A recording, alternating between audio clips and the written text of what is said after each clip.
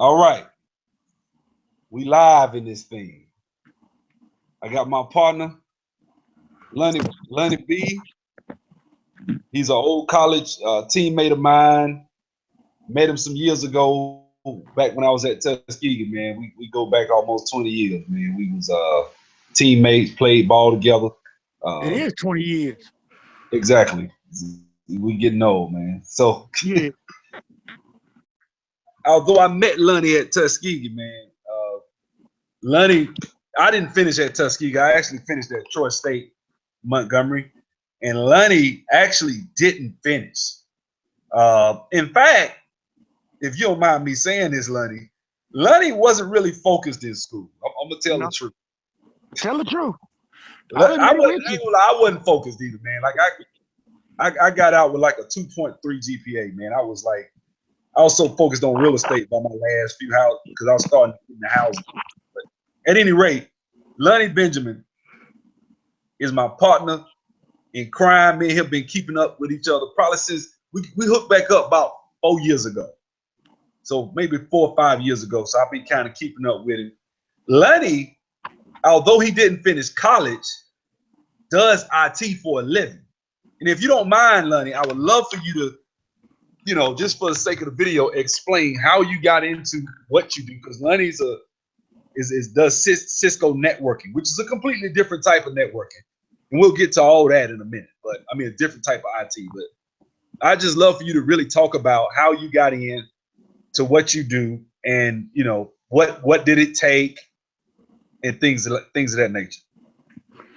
Well, to be honest, first and foremost, anything, and Bill, this is not a false statement coming from me. I have to give all honor and praise and all glory to God as far as my standing and even the ability to do what I'm doing. That's first and foremost. It was solely by God's hand and God's design for me to have this job. Amen. Uh, I'm with you. and I'm that's with you that, all the way that right that there. say that again. I say I'm with you all the way right there. Uh, and that's not a lot of people like to play about that and not sincerely mean it, but I know firsthand because of how I got the job. Initially, I did not have the job. I came to the interview and they told me I didn't have the job. I called my mother. We sat down and we prayed. 5 minutes later, they called me back. And it Okay. wasn't by mistake. So I do know that it was by God's hand. So I got to give God glory. But what I do, Hold on. Let's unpack that, because that could be misconstrued. So did you prepare in any way? Did you know anything at the time? no. So you came in off the street and I didn't know this. I really didn't. So you Yeah. applied for a job, no bachelor's degree, no associates, and you applied for a networking job whereby Mhm. you're doing Cisco networking. Well, I studied. I knew some stuff because I did it I did it around the hood. I live in a neighborhood. I'm just a normal person, and so I started off fixing people's computers, and so I knew some. I had some knowledge because it was a hobby. But far as really networking what I do now, I had no clue that it was going to turn into this. I thought it was Oh, something simple. okay. Okay. So you got one of those, and I'm gonna be honest with you, people, that's rare. I mean, but when God is for you, who can be against you? So Correct. I'm not against that. But I'm really, the reason I'm having this hangout is because I want people to know and be aware that you can get into IT without any experience. You don't necessarily No, you need. don't, because most of the people I work with don't have degrees. Most of the people one of the key people here in my job, uh, previous to this, he was working at McDonald's. Okay, He was my exactly. coworker was previously working at McDonald's, and most of the people I work with do not have degrees. But you have to apply and be willing to study and learn. When I got the job, I had no clue. But once I found out within the first week, I went out and bought me a Cisco book. I started studying. I started reading. I bought Packet Tracer. Packet Tracer. And I started doing simulations at home and learning a little bit more. Really? Yeah. I mean, once within the first week, I had the Cisco network and I went out and bought the book. I got Packet Tracer installed on my computer at home. I started doing the little labs. I started studying and reading and learning more and more. And it's something that you have to stay up on.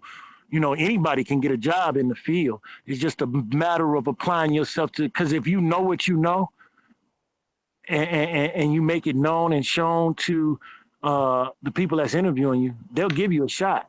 It's just a matter of educating yourself. That's, you know, you don't have to go to college to break into this field. If you're educated, you will get hired. Okay, so you put in for a job. Shout out to Zaire Phoenix. He said, hold on. You just said no, you had no experience. That's right, people. Now, this is the thing. What I'm not trying to say, like, this is what I'm saying right here. Salesforce is rare. And Lunny is transitioning into Salesforce. We'll get into that. But correct, he's transitioning into Salesforce. But give us a range of what a Cisco person would be looking at range-wise as far as salary. Like, surely your first job wasn't what you're making now. No, so, my first job out the gate was only 36,000 out the gate. But after I left, I worked for a couple companies. I worked for Windstream. I worked for XO. I worked for Verizon. Right now, I'm currently with. Well, I don't want to put it out there because of legal. Yeah, don't put that, and don't call me my name, man. I'm calling you Lunny B. So, but currently, like I said, I work for someone, and you can get a job. My end result was, on average, if you're going out here right now with no experience whatsoever and you just have knowledge, going in the gate, you're looking at probably, depending on location, East Coast, you're probably looking at a 50 to mid 70s. Wait. You saying with no experience? Yeah, with no experience. You're looking at easy 50, depending on the location. Depending on the location. If you're on the East Coast, if you were to find a job, you're going to probably start off, and that's with bonuses and, you know, other things. But you're looking at about, I would honestly say anywhere between 45 to 60 to 70 on the high end. 70 is the high end. You can find them. So 70 is rare.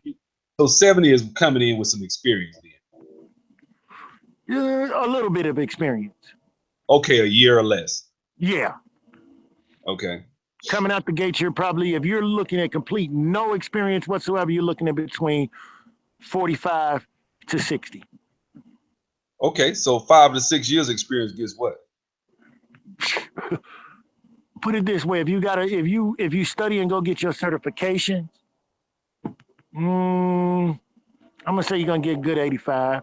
If you're on the West Coast, like LA, you'll get a good you'll get 85 easy on the West Coast with a certification. That's easy. He said, what were you doing? Cisco or computer repair? He's doing Cisco. I'm doing Cisco. Yeah. So I do network. I'm a network admin.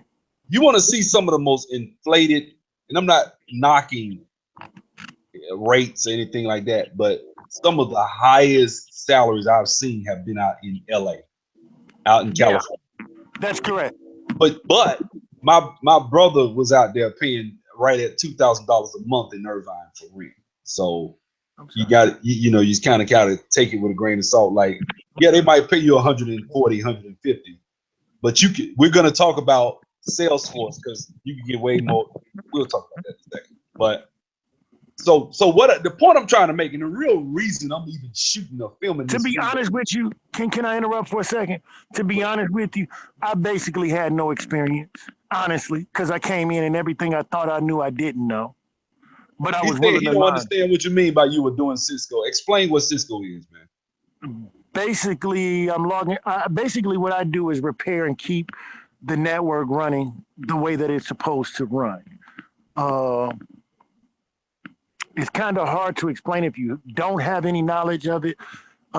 Basically, when you're going to the internet, there's an IP address and there's routing and switching. I deal with the routing and switching of the network. There's 7 layers to the network. There's layer 1, 2, and 3 is what I deal with. The customer deals with layers 5, 6, and 7. Layer 4 is where you have companies like Avaya. I deal with VoIP, voice over IP, phones, things of that nature. I pretty much repair and keep the network flowing. Now, let me say this, man. This dude, he seems very serious. He's all technical. This dude was silly as hell in college, man. Every time I talk to him and I hear him talking about networking and stuff, I laugh on the inside because I remember how crazy he was in college, man. It was crazy, man. We had some good times though. Yes, we did. But I'm gonna say this, man. Like, the thing is this, man. Like, you would the main reason I'm having to be doing what I'm doing. If you ask anybody that knows me, the first thing they're gonna do is he do who? What? No. Yeah. Everybody I ask, they say that. But you're a testament to something, man. I believe God can put people in positions, but I also believe that faith without works is dead. And what I am telling people, because the other day, and I'm gonna try to get this out the third time, the reason I'm having this video is because I had a subscriber and I actually made a video going off about it or whatever. But I say, you know what? I'm just gonna go get somebody that I know that got in with no experience, without a college degree, and he's making a good, solid salary. So I just want to show you guys what's possible. Can I interrupt right there, Bill? Go ahead. I try to tell people on a daily basis, break your comfort zone. Don't be afraid to apply, because what I do now changed my life. It's taking me from just renting to being a homeowner. But hold on. See, you obviously had to know how to nuance it. Now, I've been doing IT for a while, franchise, man. I'm gonna tell you, man, like, for me, it's difficult, and I got almost 8 years experience. It's difficult for me to listen to you and say, okay, you had to do something when you applied to your resume. I'm not saying God, just even get in front of them people. I'm just because I don't want my users or my users. I'm sorry, I just got finished studying. I don't want my subscribers thinking that it's just real. It's really simple. Like, no, you have to be. It's not simple. That's not what I'm saying. Your resume. You have to know how to apply. You have to hold on one second. Let me finish one thing. You have to know how to apply. You have to. It's certain things that you do need to know, and I want you to speak to that. Okay. Well, what I mean is you have to apply yourself. You have to. For me, when I came in, I saw the opportunity. I saw what was before my eyes, and so I made it my business to sit down and learn, because who wants to be out here making $12 an hour, humping their butt off, doing hard labor, when you know it's more out there? And so when I saw the opportunity, like I said, within the first week, I went and bought a book on how to get certified. I studied. When I got off work at night, I that's all I did. I ate, sleep, and breathed routing and switching. I know I deal with Junipers, Cisco's, Netvanas, Ethernet over copper, Ethernet over serial, voice. Don't scare them. Because I mean, but I deal with this stuff. It's not as hard as it appears, as far as learning. And so there's nothing to be scared of in that aspect. You just have to apply yourself. And if you want to change your life and you see the opportunity, you're going to apply yourself. And somebody's willing to give you a job. You know, sometimes them jobs start as, you know, you have to be willing to humble yourself and take a job in the call center and say, okay, I'll take the call. I'll do the inbound call, because even in the inbound calling, you learning. You can get to see things that you would normally not see, which helps you understand more. So be willing to keep an open mind, be willing to learn, and be willing to apply yourself. If you are willing to do those things, your life can change. But it is hard work, because like I said, with the first year that I got this job, I worked, honest to God, I was doing 15 to 16 hours a day. I ate, slept, and breathed this place. I would go to sleep, wake up in the morning, I'm on routing, I'm on switching. I would come in to work all day. If they asked for overtime, I was the first one to be in overtime. And in this field, the best thing that I can tell you, do not be afraid to ask and do not be afraid to say, I don't know. And Google is going to be your best friend. You can self-teach yourself this stuff if you apply yourself. You want to change your life, not just for financial reasons, but because you want to be more. To me, school's overrated. There's so many trades and fields in this world, not just IT. IT to me is the quickest. Hold on, Lon. Hold on 1 second, man, because I want to get to. We're gonna talk about that because the guy that I actually had that little scuffle with said some stuff, and I really wanted to kind of address that. Like, we'll get into that in a second. I want to go into that. Like, but the thing is this, man. Like, there are two things. There's different types of IT, and the reason that franchise, or AKA Lonnie, is migrating out of Cisco, going into Salesforce. Because I don't know none of this stuff he just talked about. I'm gonna be honest with you, and I do IT too. I don't know none of it. I don't know. When he talk about voice over IP, I barely know that stuff. Like, I just know the network go down. If it ain't the database, we call the network guy. Hey man, sum up with the network because the database, we looking at everything, replication's good, must be the network. That's what I say. That's it. That's when you're a DBA, right? But this is the thing. The reason I've been preaching Salesforce is because it's not as difficult as what he does, and it pays way more. And I'm in IT, and I'm telling you this. This is someone who has 8 years experience. I'm telling you that, look, it's easier to learn how to be a Salesforce administrator. Franchise, you done already looked at Salesforce to a certain extent. You've already looked at the org. Am I lying? Am I over exaggerating? No. I listen. I've been so excited that I've been bugging this man for the last couple of weeks to make sure that I get what I need to get. I'm starting to do a lot of study. Salesforce is something that, man, that is a life changer. That is a life changer. Anytime you can go to making $100,000 a year with a couple years experience, and from the gate to be able to say your first year out the gate, you can make anywhere between $75,000 to $100,000 a year. I did a research myself after he started explaining it to me. I said, well, I need to check and see what he talking about. The average salary for a Salesforce admin, which is the first level pretty much, is anywhere between $68,000 to $73,000 a year. That's first job. Honestly, man, that's low. I haven't seen those prices. I'm looking at my region. Oh, okay. I'm down here in Atlanta. It's way higher. It depends. Once again, these salaries are based upon location.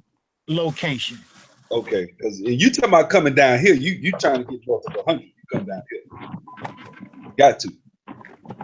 Yeah, a lot of this has to do with location. When I say that, if I leave here and was to come to Atlanta, which I don't want to divulge where I'm at, but if I leave here and come to Atlanta, with the experience I got right now, I'm looking at the high 80s. This is the thing. On my experience. This is the thing, man. I want y'all to understand something, man. If you come back and watch this video later on, franchise don't have no Salesforce experience. Let me tell you the beautiful thing about IT. If you have Geek Squad experience, because one of the guys in the chat room was talking about A+. I wouldn't touch A+ with a 10-foot pole. I just wouldn't touch it. I wouldn't either. I wouldn't touch it. Ain't trying to be funny, franchise. I wouldn't touch Cisco. I wouldn't. And I'm gonna tell you what helped me to understand this point. My brother is the reason I did database development. He told me from the jump when I went on DICE, DICE, and I started typing. Well, I was actually trying to get into Oracle at the time. I typed Oracle Database Administrator, and I was seeing 100,000 every job. I wasn't seeing. Now you got jobs paying 45, 40 an hour, but I was seeing 100. It ain't gonna lie. Back then, I was down and out at Lost Comedy Club, and real estate market the bubble had burst, so I was looking for somewhere to go and start making some real money. So when I saw that, I was like, man, I'm making 500 a week. I'm finna jump from 500 a week to 1,500 a week. That's low end. And you telling me once I get the three years experience, I could jump north of $50 an hour, and 55, 60, and that's where I'm at. You see what I'm saying? The point I'm trying to make is this: don't listen. And this is the problem with us in the Black community. I said this on the other video that I just put up. It's so many Indians, it's so many chiefs and not enough Indians. It's a lot of people in our community that have no experience in IT. And they feel like when it comes time to talk about IT, everybody's an authority. You need a degree. You need this. You need that. No, you don't. I'm telling you, you don't. I've worked with a guy. Let me say this. I worked with a guy that was over my department. He had a culinary arts degree. Okay, it was like I looked it up on the thing. I think it probably took him 9 months to get it out of high school. This dude's a chef. Okay, he was at least, look, they was paying me 95 at the time. So if they paying me 95, what you think he was getting? 130, 125 at least for running my department? I want to bring validation to what you're saying.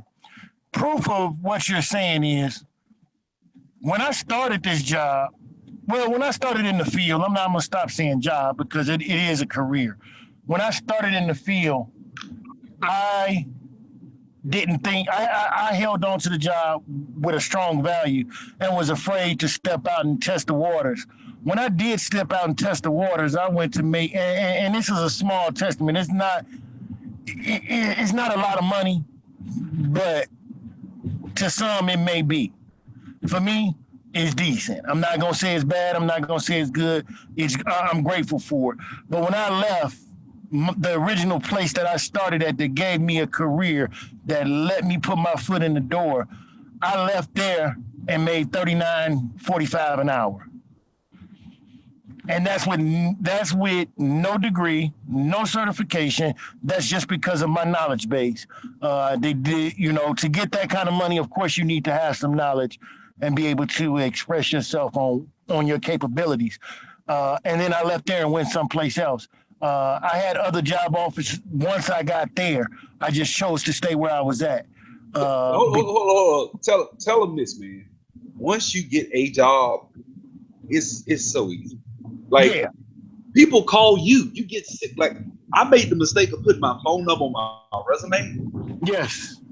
Got 3 or 4 calls. Every time I see a call from DC, Connecticut, Ohio, I get tired of Pyramid Consulting, all these different companies. When I hear that Indian accent, I already know they calling me. They got a job. If a job opens up in Montgomery, Alabama, they calling me in minutes. Like, I get calls from 4 or 5 different recruiters for the same job trying to get me placed there. Mm-hmm. Now, I'm going to tell you, it's annoying, but when you ain't working, you need them. You're glad to get them phone calls, especially, I hate to say this, but especially when I hear that American on the other line. Because I know those Americans going to get me some interviews. Right. Indians, I've never gotten an interview. I ain't going to say I've never gotten an interview. I got a phone interview, but I've never been placed by an Indian recruiter. Although they call me 10 times a day sometimes. They don't place me. The people that place me are Americans. Every company I've ever worked for and gotten a job has been an American company. So I don't know what it is. Maybe they throw in 30, 40 people at their clients trying to get them the right person. But look, this is the thing. When you and I want you to speak to this, franchise. When you left that first job and you left, now you got the knowledge base. You have no certifications yet, right? Uh-huh. Coming in and you're negotiating with these people. Mm-hmm. Well, speak to that. Speak to, because it's a skill. Your experience speaks for itself. It's a skill, man. You got to know how. And I'm not trying to make it like it's impossible, because like I say, reach out to me, Sub03639 @gmail.com. I'm walking a few brothers through the interview process. The sister Yasmin that got the job, she actually called me. But she's smooth anyway. She had her job in her pocket. By the time I talked to her, she was already good. But she asked me a couple of questions. So I just want y'all, I want you to speak to that, brother. How was the interview? The interviews, once you know your worth, it's just like, and this is the God's honest truth. It's just like when you go to that job and they tell you, oh, we're only paying you $10 an hour. And you say, well, hey, I used to work here, such and such. I know this, I know that. I feel like I should be able to get this. It's the same thing. And when you know your job and you know your field, you know what you're doing, you gonna speak up immediately. Like, no, you lowballing me. I'm just being honest with how I may word it. May not be for the next. And you will have people that try to lowball you, and you let them know. You remember when we was at Tuskegee and went back and stayed with my brother? Oh my God! Look here, my brother was working then, flying out every Monday, and coming back every Thursday night. He would fly out on Monday, come back Thursday, and he was making. I mean, this was during the .com bubble, so he was making like the mid twos probably back then. Yeah. I mean, it was beautiful. And I'm not saying you can't make, because he's still hovering around the twos now, but it got rough. He had to actually go down to like $80, down to $80, $75. He was upset about it, So what I'm saying is the industry right now is wide open. A lot of Indians, a lot of and see the thing, Indians don't come over here to do Cisco. No, they don't. That's usually black people. I'm gonna keep it 1,000. I'm gonna keep it a buck, man. That's usually us. When black people get into IT, one of the first things we want to do is get into. We want to get into, what is it? When we get in IT, we want to get into the networking. Networking is not what we need to be doing. I'm not knocking it. The reason he's getting out of networking, yeah, it pays decent, but you want to get north of 100. You want to get to making 10,000 a month or more, then you need to start getting into like things like database development. By the end of this year, I'll have a job. Realistically, I've already got a plan. I'll make 100,000 or better. You should be faster than that, but we'll talk offline. But no, I'm setting the end of the year. That's my personal goal, because I'm picky with what I do, which you know this. I'm very picky in what I do.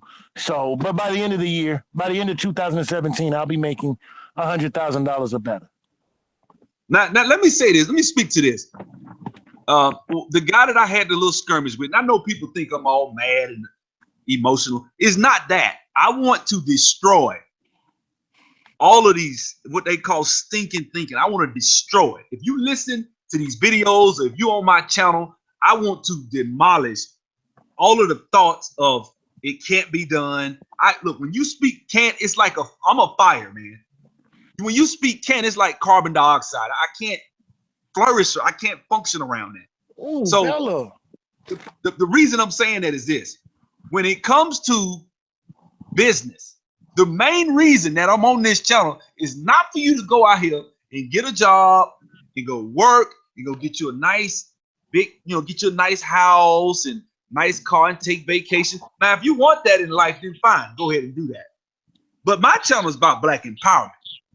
One of the main reasons that Black people struggle financially is because the average Black man in America income is $38,000. The average Black woman is $34,000. You correct. So, and even with that, Bill, let me add on to that. It's not so much as the salaries; it's the lack of education on knowing what to do and how to make wealth. Black people, we love to buy assets and liabilities, and there's a big difference between liabilities, which I'm not even finna go into that, but you got to take your money and do the right things with them to change your life. And I'm with the Black empowerment. We got to educate ourselves on how to create wealth, not riches. Wealth. There's a difference between riches and wealth. That's it, man. So my whole point about this channel, my whole point about trying to get people in IT, because the brother yesterday was like, I'm doing business law and I'm doing all these other things and I'm trying to do things that make the world go round. As if he's saying I'm a one trick pony. He said all I know is IT. Like, I'm like, how can you say you're a one trick pony because all you know is we ain't gonna go there. I don't want to go because see, I don't want. What happens when I get into it with people? It forces you to brag. I don't like that. Like, I don't like bragging. I don't like. No. That's not what I'm saying. I done that. I don't care about that. People don't get No. That's not even where I'm going, Bill. And being an IT, here's the thing that people fail to realize about IT, and this is why I tell people, I try to get. I'm like you, and I got witnesses to me telling every black person I know. Let's get educated on this IT field and let's try to break into this field. Why? Because I'm watching, and I'm not trying to sound racist. I'm watching other races come in with no education, and these kids. I work with a kid right now who's 19 years old who makes $90,000 a year, fresh out of high school. Fresh out of high school, just graduated last year, and my company hired this young man for $100,000 a year. Roughly. I've said that on my channel 40 times. Don't nobody is that folks, I guess they don't believe you.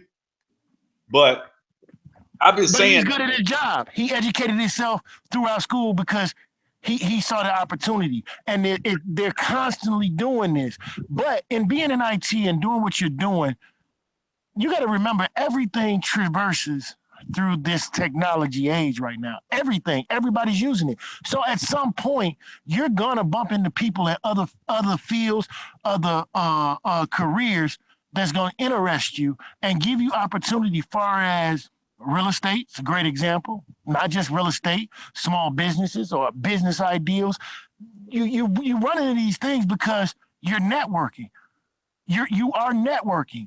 I got a brother who just moved out to Arizona less than 6 months ago. He moved out to Arizona within 3 months of being out there because he started in the IT field. He's making $80,000 a year in Arizona, which is it's minor. But when you go from making $12 an hour to I'm gonna take a leap of faith and move out to Arizona to make $80,000 a year, that's a heck of a life changer. You ask me personally.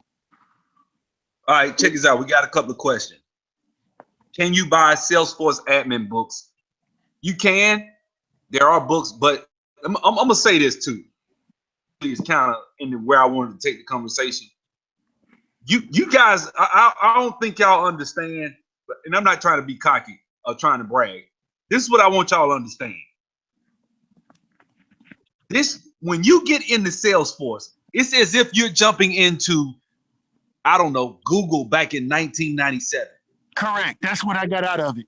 That's why I'm so anxious to get into it. Because that's why everybody you hear in IT is jumping up and down. Everybody you heard, look, Sean went to Tuskegee with, he know both of us real good, all us boys.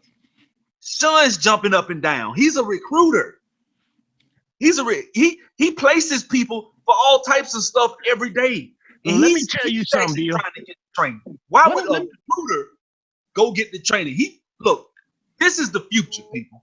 This is going to get it where you're not going to need actual coders anymore, because this is declarative, which means it's basically point and click. This is so serious.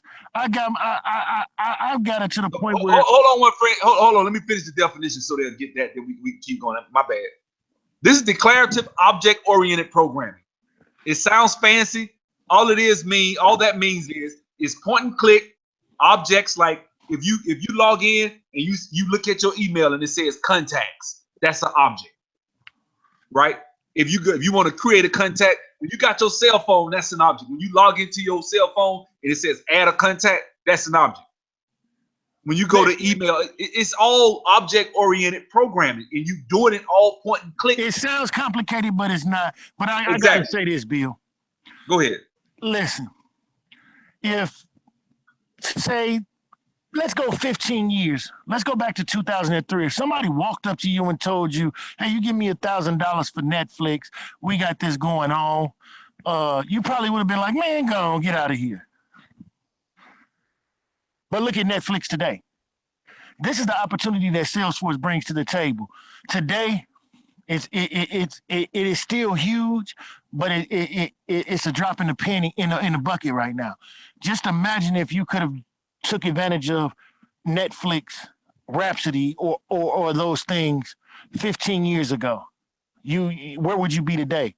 If you think that it's too good to be true, whoever is listening, whoever listen to this, if you think it's too good to be true, go look yourself in the mirror in your bathroom, look yourself in the eye and ask yourself one question. Do you still want to live this lifestyle that you've been living, struggling from paycheck to paycheck, or do you want to do something that's going to change your life and change your children's life and hopefully your family's life by you taking a chance of applying yourself? I'm going to say this truthfully. 3 months of application will change your life. And when I say application, that means you're dedicated. You got a lot of people out here, Black, that likes to, you always want to hustle. Some choose to sell dope. Some choose to stand on corners. Some choose to, network through the neighborhood and use their little abilities. This is a time to change your life, man, and get your money's worth and change your life, man. I can't emphasize. Hold up, franchise. Tell them what you was doing all through your 20s, man. Say that again. Tell them what you was doing all through your 20s and early 30s. Franchise 7 feet tall. He's a 7-footer. We played ball together. Franchise, he was in the league pretty much, and we gonna get into that. But you're right. We ain't gonna get into that. He's supposed to be in the NBA, but I should have been. There's a bunch of cases of that going around, But anyway, he's coming out of high school. Him and Rashard Griffith. He was ranked right with Rashard Griffith. If you don't know who Rashard Griffith is, him and Rasheed Wallace were going back and forth as the best big men back in 1993. That was my graduating class. Yeah, so look, man. I'm like Forrest Gump, man. I feel like I done lived so many lives. Now I'm doing IT. They don't even want to know where I come from, Bill. Yeah, it's a lot. I'm gonna put it out there. I'm not ashamed, and I've never been ashamed. When Bill met me, I was homeless. I came to Tuskegee with 2 pair of pants and 3 shirts. That's how I got to school. So application changes your life. I met some brothers that changed my life, that made me realize that you can do other things in life. You ain't got to be out on these streets doing the stupid stuff that you're doing. So can it change your life? Yes, it truly can. Because 20 years ago today, I was homeless. I literally was homeless. And when I say homeless, I mean I was homeless. I didn't even have a cot to sleep in. I was sleeping from abandoned building to abandoned building, from friend's house to friend's house, struggling to find a job. Never could get enough money to get my own place, struggling. And I had an opportunity, and somebody came to me and said, hey, you want to go back to school? You want to change your life? Yeah, I want to get better. I want to do better. And when that opportunity came from that day forward, all these blessings goes unto God first and foremost. I'm a homeowner now. I got a 2,700 square foot house, 5 bedrooms, 2 baths. I live comfortable. I do what I want to do. I can go when I want to go. I'm not trying to brag or boast, but application changes your life. My house is paid for, cash, no questions, paid for. Okay. When I tell you pay for, I mean pay for. I don't owe a note. I don't owe a dime on my house. I also own a house in Mississippi. I also own a house in Arkansas. All these are paid for. They're not the greatest, some of them, but I don't never have to worry about somebody telling me pay rent. I don't have to worry about somebody putting me out on the street. Let me speak to this, brother.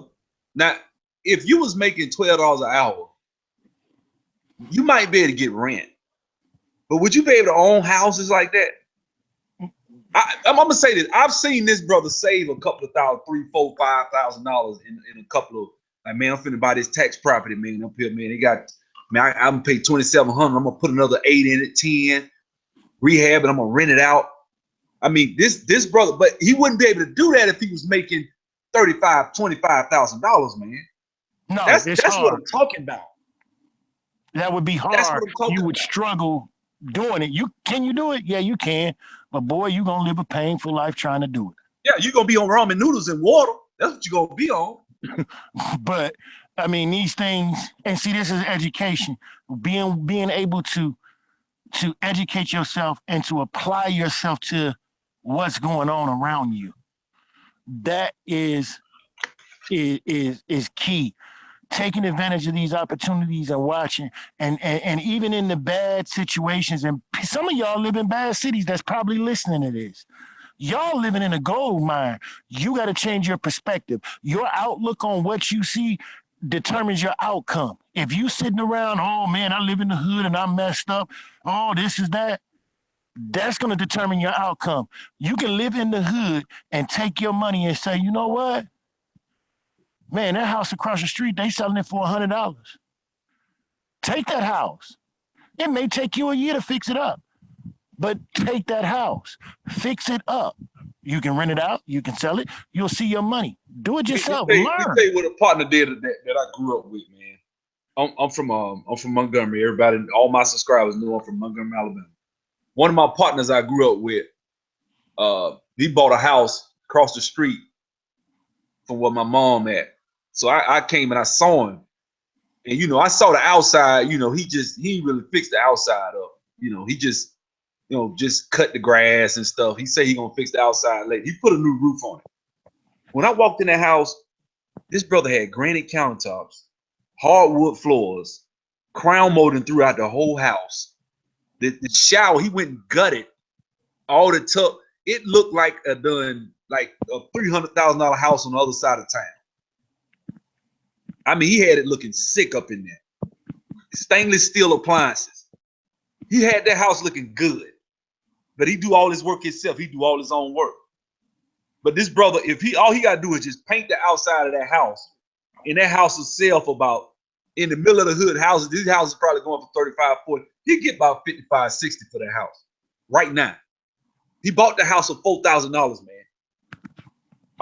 Look, this is the thing, man. Like, I want to see my people raise up, and I don't think, I'm gonna be honest with you, I don't think we're gonna see the fruits of our labor. We're really not. No. I don't expect to see the fruits of my labor. We too messed up. We don't have a I'm gonna tell you something. We gonna see the fruits of our labor, but we'll be old by the time you see the fruits of our labor. We gotta start educating these. Listen, what you're doing now is impacting somebody. And once again, it goes back to my saying in the beginning. Your outcome, your outlook determines your outcome. The Bible says, so as a man thinketh in his heart, so shall he be. Yeah. So you got to change your outcome. See, we got to get to the point where you're serious and you say, no matter what, this is going to be my outcome. I'm a firm believer, and Bill, one of my favorite scriptures, and I'm not trying to sound religious, but Bill know me. He know I mean these things from my heart. This is not a game when it comes from me. The Bible tells me all things work to the good of those that are called to love Christ Jesus, and you got to believe it. That's Philippians. Go read it for yourself. And if you the key to anything that's going on, first and foremost, is not about a dollar bill. It's not about just changing your life financially. You got to change your mindset. The Bible said, be renewed by the transforming of your mind. That's where it all starts at. You got to change your mind state. When you change your mind state, your outcome is going to change.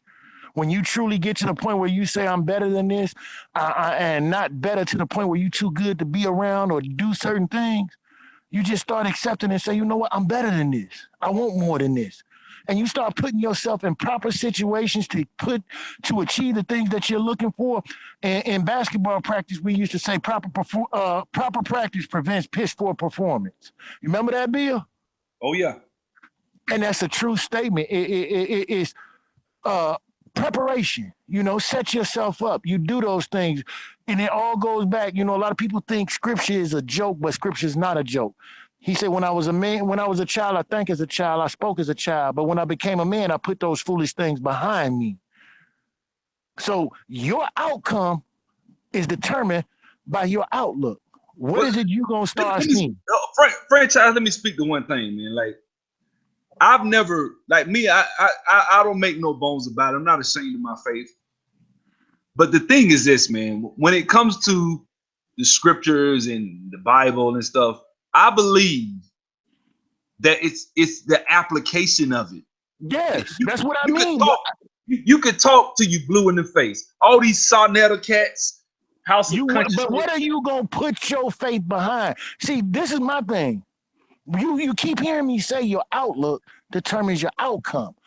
But if you really believe these things, guess what you're going to do? You're going to put yourself in them situations. You're going to put yourself in the right place, and you're going to start doing the right thing so that you can get the outcome that you're looking for. Because you know, okay, I can't stand on the corner and expect to make $1 million. I'm going to sit here and stand on the corner and say I'm going to own this building. No, I can't.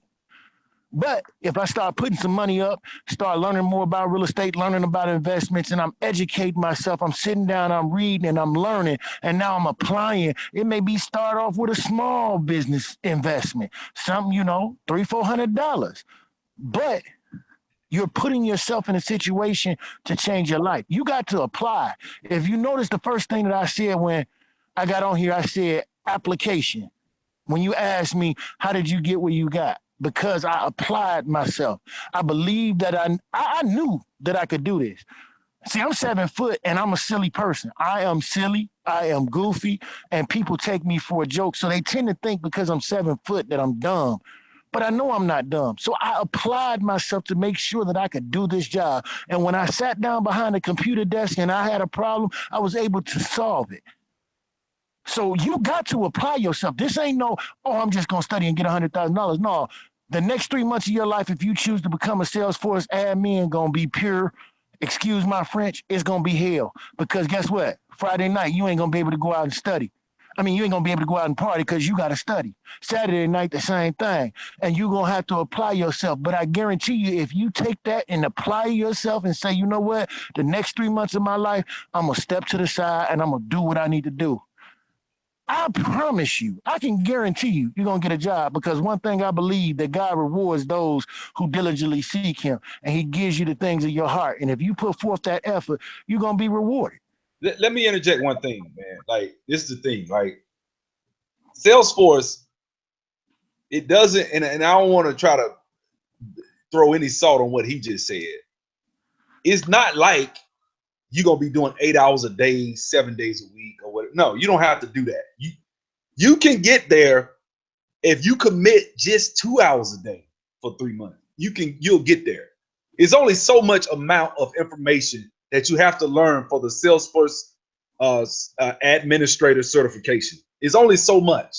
You learn profiles, you learn roles, you learn, you know, it's more to it. You learn all the other aspects of it, organizational wide defaults, all that stuff. Once you learn all that stuff, if you put 2 hours in a day and say, I'm gonna knock out these many aspects, this aspect, 2 hours, just do it.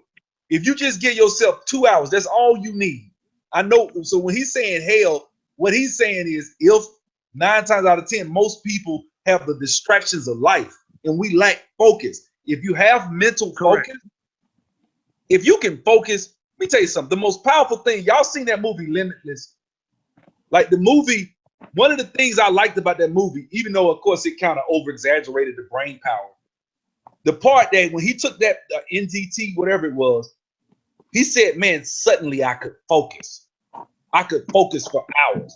Now, of course, I'm not advocating going to get, they got drugs out there kind of similar. They ain't gonna make you all that smart. They got drugs like that.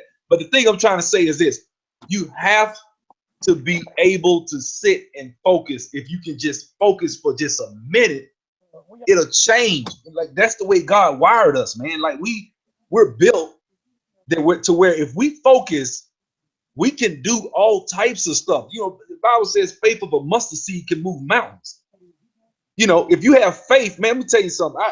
I opened up a comedy club with $10,000, man. That ain't enough money, but I did it. You know what I'm saying? And there's a lot of other stories I can say. I went overseas playing ball. I wrote in high school. It's God. If you focus on something and you apply yourself and you really, and you're diligent and you're seeking, see, because we as Black people, what we'll do is we'll put some effort in and then we'll just say, well, man, they ain't gonna work, man. I tried, man. That's hard. They ain't gonna, we'll say, well, I put in the time, but you know, when I got it, you know, I got there, but you know, I tried to go get a job. You know, it's just because we gave some effort, we'll equate that to I worked hard. But in your heart of hearts, did you really give it all you had? Did you stick to that 2 hours a day? Did you? Or did you say, you know what? Man, I did 2 hours one week. Then I stopped. I did 2 hours. I did 4 hours one week. stop. You know, of course, then yeah, it took you stretched it out and you messed it up. You didn't focus. So my thing is, man, focus is a powerful asset. Like I said, Salesforce, the class, I'm gonna say it again, www.thebecomingproject.org. Go there, sign up, click on the tab where it says Becoming a Force. As we were just on this phone a second ago, the teacher just texted me. She said she had her phone off. People have been trying to reach her. I'm going to try to correspond with her to make sure that she accepts as many of my subscribers as possible. Don't panic if you've already filled it out and she has not reached out to you. She's not being mean. She's just busy. She has a granddaughter she keeps a lot of time. She works from home. She's living a Gucci life. Like she's living a great life. If I may say so myself. Like she's chilling, man. So you'll see. And that's once you get into this aspect, it's not as much of a grind as networking. Network is more of a grind than actually working on the front end or on the back end of the actual applications themselves. So I just want y'all to hear that part of it. Franchise. I guess he busy. But look, I want y'all to, check that out. Also, what you can do is you can go to Udemy, udemy.com. You go there and you sign up for the courses on that particular application or website. Sign up, man. Even if you signed up for the courses, don't wait, man. That's what I've been telling people that's been really calling me and talking to me, emailing me. Go ahead and sign up for the courses, man. I mean, and sign up for these courses and just get a brief, start getting a refresher, start understanding the courses, and that'll take you pretty far. You don't have to wait.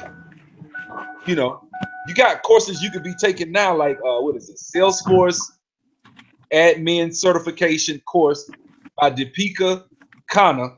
She's a software developer, blogger, and author. You got the Complete Salesforce Administrator Certification course by Mike Wheeler. He's and I'm gonna I'll tell you what, I'm gonna share my screen and I'm gonna show this to y'all so y'all will know what I'm talking about. You there, Lonnie? Yes, I'm here. Man, tell me when you're getting off for a second, man. I don't know where you went. Oh, I said I had stepped away. I said I'd be right back. You good, man. I don't even think. Do you see my screen? No, I don't. Well, you don't, but the subscribers should see my screen. These are the courses right here, man. Pause the video if you can, but these are the courses. Check them out. Don't, you know what I'm saying? Let's not make it something that you guys, can't find, man. This is it right here. These are the courses. Go get them. These courses, especially this one with the yellow one right here. This one is great, man. This course right here, this lady, man, I'm talking about because I'm the way my brain works, I want to get stuff quick. I ain't got time for you to be sitting there talking forever. 20-minute videos. She got little 3-4 minute videos going straight to the jugular, telling you what's up, and the stuff that she's talking about is what's on my practice questions, which are on this part right here. I'm gonna show it to you. I'm gonna go ahead and click on a couple of practice questions. So I'm just logging in here and showing them. Like, this is a practice test I took when I first was getting started. I've taken, you got 3 in here. This is one I took yesterday or the other day with Sean. Me and Sean took this one. This is one I took myself, and I ran through this one in 20 minutes. So just go to show you, like, I've gotten a lot better lately. So I'm passing 95%, 90% out of 100. All you need is 65%. So I'm almost there, but I'm gonna keep going. So I just wanted to show y'all that. That's it, man. You go ahead, Lonnie. My bad. Yeah, man. My thing is, if you have the opportunity or the ability or the brain power to do it, do it. And my grandmother used to tell me all the time, nothing in life beat a failure but a try. What does trying hurt? Now, in your process of trying, if you change your life, and you mess around and go from making 35, 40,000, 50,000 to making 100,000, even if you make 80,000, was that try not worth it? Even if you only get, let's say you making 40,000 now and you get a job paying 60,000 just to get your foot in the door. Is it not worth it? Because once you get your foot in the door, and now you say you got experience, a year's experience, ooh, now you can demand more. Let me add this too, man. Let me add this too, bro. I forgot to talk about this. This is crucial. Anybody that's really trying to get into Salesforce, this is very, very important, especially if you have no experience in IT. Salesforce, the beautiful thing about Salesforce, they have a portal that you log into called Trailhead. In Trailhead, they have these trails, right? In each trail, they'll have you go and do specific things within this login of the actual, Salesforce organization, which organization is just another fancy way of saying the cloud that you log into, right? So you get in the Trailhead and you do these different trails and you get points. Well, that's why I said you can get in with no experience. Because what happens is, and what people don't understand, is that when you get in with no experience, it allows you to be able to prove. See, when you go on a job interview, and this is what I've been telling Lonnie, man, go on Trailhead and start doing trails. When you get in there, you get those points. Once you get north of, you could be in the top 500 in the world with just like 30,000 points. It's only, if you're in the top 500, you can say, look, I'm on this list. You'll be able to go on these job interviews. You'll be able to put that link on your LinkedIn profile. People will be able to click on your LinkedIn profile and see your Trailhead profile. When they go into Trailhead, they'll see, oh, this guy right here, Zaire or whoever, already has 35,000 points in Trailhead. That's key. That is powerful. That I've never looked. When I was trying to get into Oracle, I ain't have nowhere to prove what I could do. These people have given you a way to prove your skill set. You can't beat that. That is powerful. So don't listen to these knuckleheads in the comment sections in my videos of people, and I've deleted a lot of them. But a lot of people are coming after what I'm telling you because the information is rich, and I want you guys to get it, because what's going to happen, I want you guys to know that when you prove yourself on Trailhead, you will not be stopped. You can't, look, I don't care if you come in there with a GED, you gotta have a diploma. You can have a GED. You got, or you can prove yourself. They can log in on Trailhead. You can brag. You can go on the interview now and really speak to substantive, tangible, real experience that you have, and you've proven it. And not only that, they can log in and see your badges. They can see your points and say, this guy has proven himself. He knows what he's doing. That's key. Now, what if you spent 3-4 months trying to get up there? Look, it only took me, about 3 weeks to get north of 22,000 points. If I keep focusing, I could get 50 or 60. I got IT experience though, so it's gonna be easier for me to transition. But for a guy like y'all, if you sitting at home, if you ain't got no job, you ain't got no damn reason why you can't be logging in and racking up points, racking them up all the time. You should get 50,000, 60,000 points. You do that, I don't care if you don't have any experience. They will give you a job. Somebody will give you a job. My bad. Go ahead, man. You know what? I'm just listening because whoever is on here trying to be negative and tell you not to do it, what is your purpose of being negative? You don't want somebody to change their life? Words are powerful more than what people give them credit for. It's words that change my life. It's people, it takes action, but it took somebody telling me something for me to get up. Y'all can make this happen, man. Whoever y'all are out there listening, I'm not looking. I'm actually driving. I'm on my way. I was out taking care of some business. But it's a beautiful feeling to be able to go and come when you want and know you got enough money. It's a beautiful feeling to get vacations and know I'm sitting here on vacation and still getting paid. You know, you still, those things are life changes, man. Stop letting the naysayers change your life. You have to live your life. Nobody else but you. And one thing too, man, this is the key. One of the biggest, I watched a 2.5 hour video today with O'Shea and Angry Man. They were talking about the Charlottesville stuff. And one guy, he was a movie producer, and he actually talked about how black people can't get loans. And let me explain. First of all, I flipped houses, so I got plenty of loans. I don't get it. That's number one. Number two, this is the thing I'm gonna say. All of this will go in vain if you go out here, get a job, making 100, 140, 160, because I'm talking big. I'm trying to get the architect certification next. That's the one I want. Like this one, like making 90, 80, 90, 100, that's okay. But that's good. I'm not gonna say that's nothing. That's good money. But I'm trying to make it where I'm trying to make another 70, 80 on top of what I already made. I'm not trying to just step right over. If that's the case, I'm wasting my time. So you get that architect certification, and you people should be doing research on the certification. When you start getting into the architect and you're a Salesforce architect, oh, now they got to pay you big, 140, 150 an hour. They got to pay you doctor money.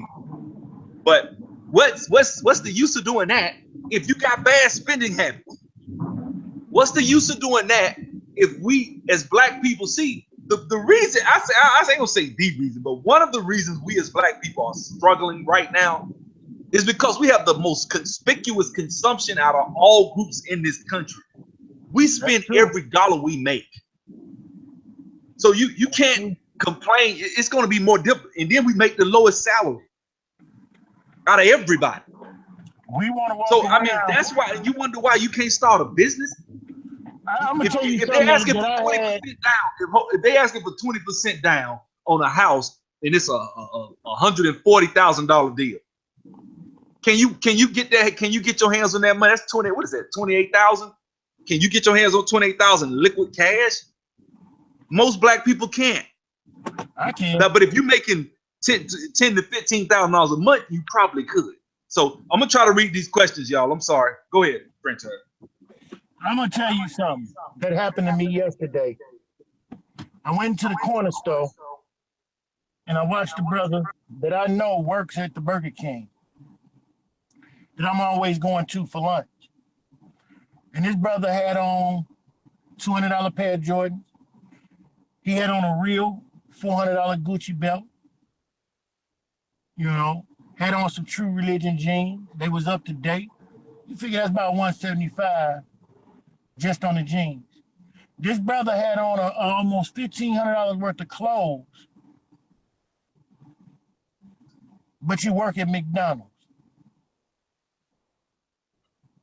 Now, what could you have done? Not saying nothing wrong. Everybody wants to look nice. That's fine. But at the end of the day, what else could you have done with that? Let's say he only had on $200 worth of clothes. I make decent money, but I don't even dress like that. I don't spend my money on frivolous things. Now, I like nice things. There is times that I will, go out and splurge. But we got to begin to financially hold ourselves responsible, what we're doing. We should be owning the neighborhood instead of renting the neighborhood. If you go to a black neighborhood, what we call the hood or the ghetto, you'll find one key thing in common. Everybody renting, very few owns their home. But what would the neighborhood be like if you own the home? Number one, you take more respect and care and concern of what you own. You want your stuff looking nice. When you renting, you could care less. Oh, that's the landlord's problem. Hey, I'm gonna let this brother in. Kenny Dutton, he does IT. I'm reading the comments. Anybody else want to jump in, bro? I like discussion, man. I like to discuss things. I ain't doing that right now. So if anybody want to jump in, there's the link. Kenny Dutton, glad to have you, bro. Glad to have you here. I want y'all to hear from as many people that do IT as possible. Because and he's saying the same thing we're saying. That's the thing. I honestly, when I was in college, I thought, man, I got to get this IT. I got to get this degree. Then when I finally got in, I was like, look at this white boy. I went on an interview in Birmingham one time. This white kid was interviewing me. He was like a freshman in college. I was so mad. I was like, man, I said, you quit me. You don't even, I said, how you, I ain't say it, but in my mind, I was like, how is he interviewing me? Yeah, he wasn't the only one. He was sitting in with some other people. But I'm like, of course they looked out for him. His brother worked there or whatever. But still, you see what I'm saying? He was 19, 20. That means you can do it with just a high school diploma. You probably can do it before you graduate high school. You really can. I ask you a question, Bill? Go ahead. Well, not a question. I'm gonna tell you something that I'm finding out that I just found out that is so astonishing to me. I didn't know this until about 2 weeks ago. Do you realize that you got people out here right now that's in the IT field? My coworker's doing this, and this is why I'm bringing this up. One of my coworker's sons is 17 years old. He graduates next year. In the next 2 months, he's having his son go take his Cisco certification before he graduates high school. Why are we not applying ourselves like that? Why not we train? But what do? We send our kids, instead of letting our kids pick up a trade that is very valid, and I'm not saying there's nothing wrong with cutting hair or doing hair. What do? Go to beauty school, go be a nurse. That's all fine and dandy. But there's other fields than that. Because this IT field, man, you can have a child. You can take a 15-year-old child today, get them on something simple as networking. And I'm not knocking what I do, because truthfully, what I do is the beginning layer. To me, is the beginning layer to IT. It's so many facets to IT that it is ridiculous. But if you want to guarantee your child a decent salary, stop sending your child to school getting student loans and having their credit messed up. And how about having your child have an IT field as a trade and get themselves stable, so when they graduate, they can say, hey, at least I'm gonna make 40 to 50,000 a year. Come on, say amen, brother. Huh? And I was just being funny, man. He was the old church thing. I'm just being serious. This is why we as black people are left behind, because we don't educate our kids. You got to keep in mind, you got these Indians that's coming over here that you see on almost every gas station, every corner store that you get. Why is it that we can't begin to plot, plan, and strategize? Because the only way we as a people gonna come up out of this is we have to start thinking strategically now. Stop thinking with our hearts and start thinking with our heads. Stop letting our emotions control our thinking and just responding, and start sitting down and saying, okay, you know, I'm mad, but I'm mad enough that I'm gonna get you the right way. I'm gonna play your game the way you want to play your game. And if we don't start strategically thinking, planning, and teaching our kids that, hey, stop being a fool. Look at what they have done. What was once a neighborhood thing has now become a multi-billion-dollar thing, and it was done predominantly in black households. Hip hop. They have taken our culture and raped it. Now, hip hop is no longer the way to communicate with the streets. It's a way to get up and mumble and sound good and dance and look like a fool. It has become rock and roll. It is no longer the communication. Now, you still have some that's doing it that way, but people, we got to start thinking. We got to plan, plot, and strategize. Shout out to this brother, Dennis. Mr. Dennis, what's up, man? What's up with you, homie? Just checking in with y'all, you know what I mean? Y'all talking that good game, and I'm exactly in the position where you guys are talking about now. 20 years old, just getting into the field myself. And just the same way you said, it's the family and all of that coming through. They want you to do something else. You know exactly where you want to be. So it's a lot of things that are pre-programmed into us. You know what I mean? Bro, let me tell you something. When I was 20 years old, I was an idiot. I'll tell you what I did. I was so in love with basketball. I wanted to make it to the NBA. I had a little talent. I mean, I could play a little bit, you know, but the thing was this. My brother graduated college, got a job as a stockbroker in Atlanta, right? So he working with this guy named Daryl. My brother started at the same time. They were real cool. They was making a little Rolodex calls. So my brother quit. About a year and a half later, we come back. Daryl's a millionaire, right? Mm-hmm. Daryl tells my brother, hey, why don't you bring your brother in and I'll mentor your brother, your little brother, man. I'll mentor him. Let him work with me, man. I'll teach him everything I know. You know what I told him? What? You see I'm sitting here on this thing. I probably wouldn't even be sitting here. I'll be running a hedge fund if I'd have listened. I said, no, man, I want to play basketball, man. I want to play college ball. Damn. Exactly. Like, that's, you know what I'm saying? And that, and now we talk about that all the time. I talk to my bro. Like, remember that time, Daryl? I don't mean no. Go ahead, Bill. Yeah, I said, you remember that time Daryl asked me to be your mentor, asked you to let him mentor me, and I said I want to play ball. You know what I'm saying? Like, my thing is this, man. If you got a kid 15 to 20, I made a video about children. Look, man. You're doing that child a disservice sending them to college. If I see another black person majoring in criminal justice, I'm gonna look here, man. I'm gonna choke. I'm talking about I'm gonna choke them, man. Like, I'm sick of psychology majors, criminal justice, A lawyer, occupational therapy. Look, if you're gonna be a lawyer, be a lawyer. But don't go major in criminal justice. You don't want to be a lawyer. You don't want to go into law enforcement. Now you're working at Enterprise Rent-A-Car with a degree in criminal justice. that's exactly what happened to my older sister. She went all the way out to Tallahassee for criminal justice. She done dropped out like the first or second year. It's not, look here, man. It's not rocket science. We need to make sure that we apply energy in the most intelligent. You know, they tell you in science, like when you start learning in physical science, you learn about the pulleys and the levers and stuff.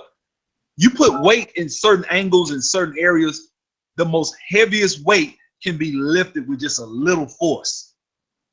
It's where you push. When I was playing basketball, I worked hard on the wrong stuff sometimes. It wasn't until I got in my 30s and I was like, man, I should have been working on this. I should, guys that make it a lot of times when they play ball and do certain things, it's because they had somebody in that corner that taught them the right thing. You can look at Kyrie Irving and tell his dad taught him the right things with the way he plays. And you can look at that kid I had in that video, Jalen Bledsoe. This guy's worth $3.5 million, lives in Cleveland, Ohio. He has an IT consulting firm. He started it when he was 12 years old. He has a Jewish mentor. He went and got a white man. Now, if you're listening, go to score.org. You can get a mentor right there. Go get you a mentor, and it ain't got to be. They ain't got to be black people, because guess what? A lot of stuff we want to do, some of the stuff I want to do, it ain't that many black people that can help me. It ain't. Like, I want to own apartment complexes, and I want to build, 700-800 unit apartment complexes and own shopping centers and malls and stuff. Ain't that many black people that can teach me about that. So I might have to go learn from some Jews. I ain't gonna tell them about my pro-black stance. I'm not gonna tell them what I feel about Judaism. I can care less about that at that time. I'm trying to get this knowledge. I'm trying to soak up this game. And that's what we need to be about, man.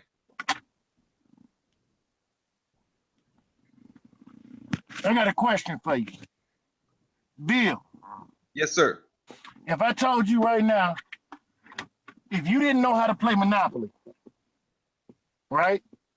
And I said, let's play this game of Monopoly, would you expect to win? No.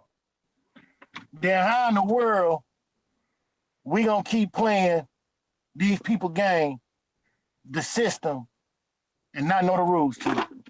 Well, we worse than that. We worse than that. We hate the game.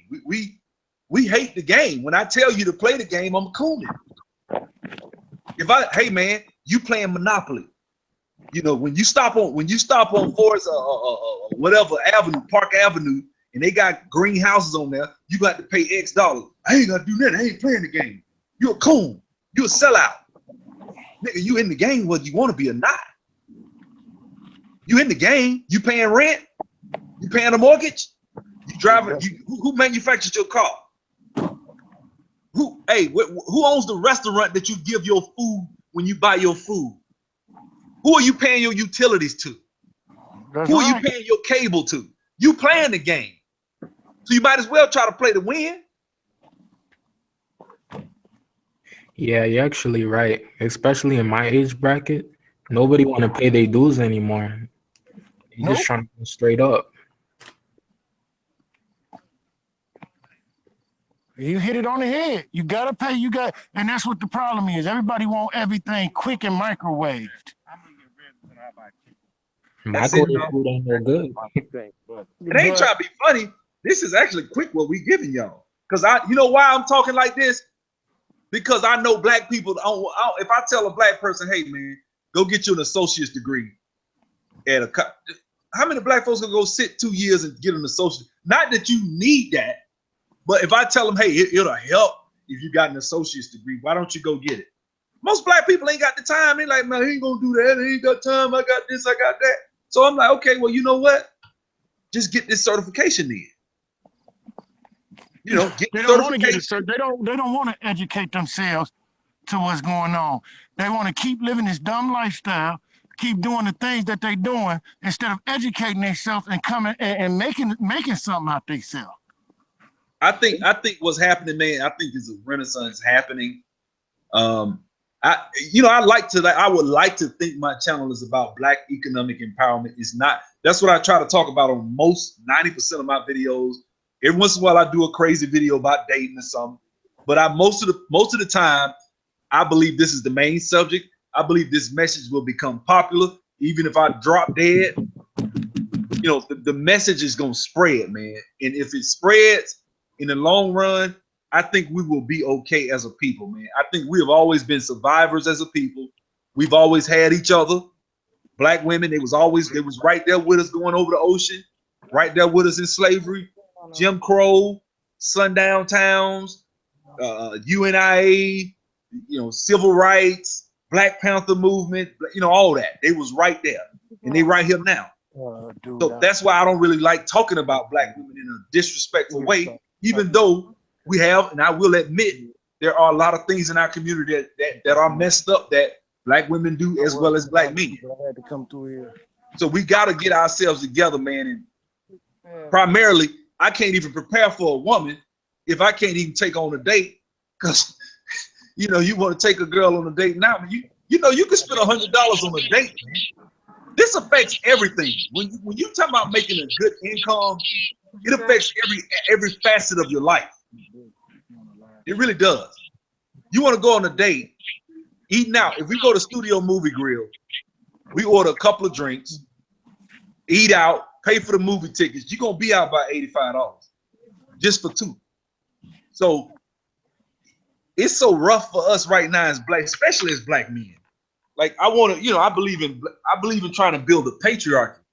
You can't have a black patriarchy. Black men need to, we're gonna get to that level. We're gonna have to start building economically and start leading financially.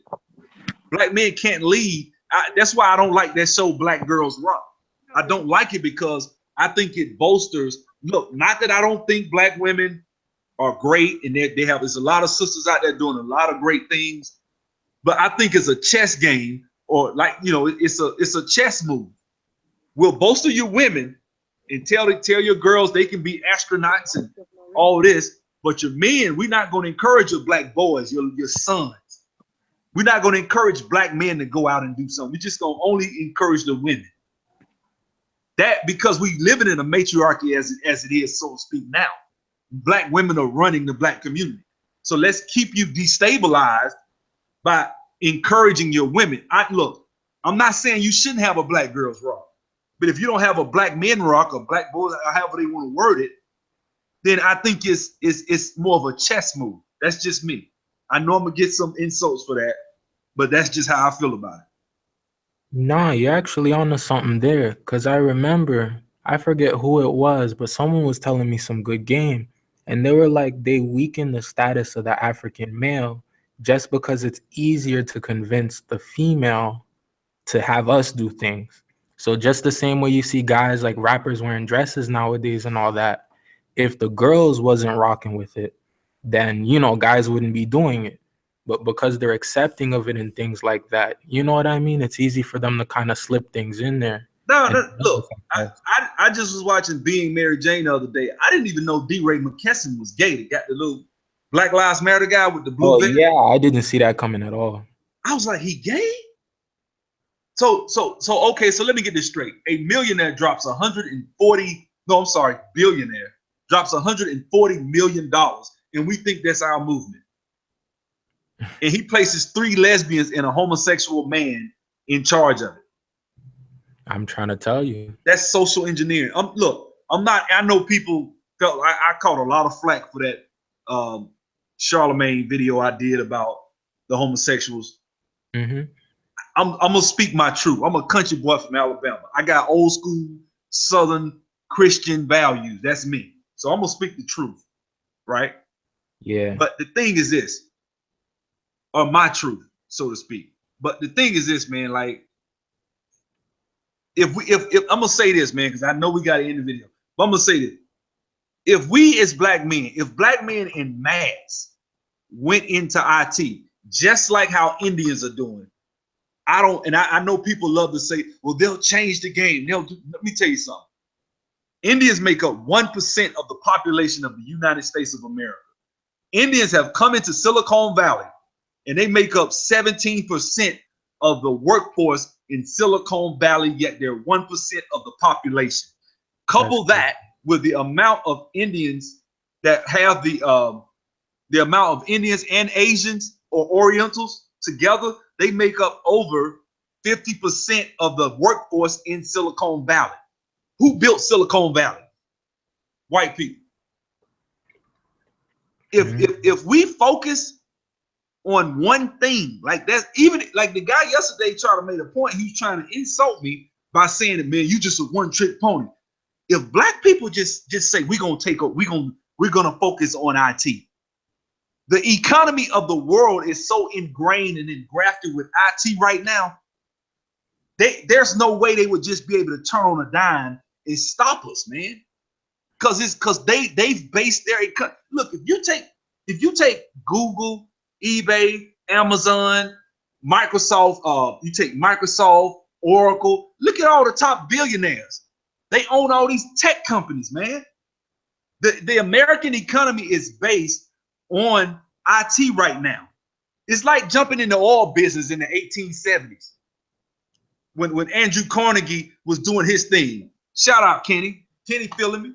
That's what I'm saying. When Andrew Carnegie was doing John Rockefeller. When John Rockefeller was doing his thing, if black people right now go full force into the STEM sciences, science, technology, engineering, mathematics, and we go hard, and we do the same thing our Indian counterparts do, which is send our kids to extracurricular places like Sylvan Learning Center or Kumon or Mathnasium, and we sit there and let them focus specifically and don't make excuses.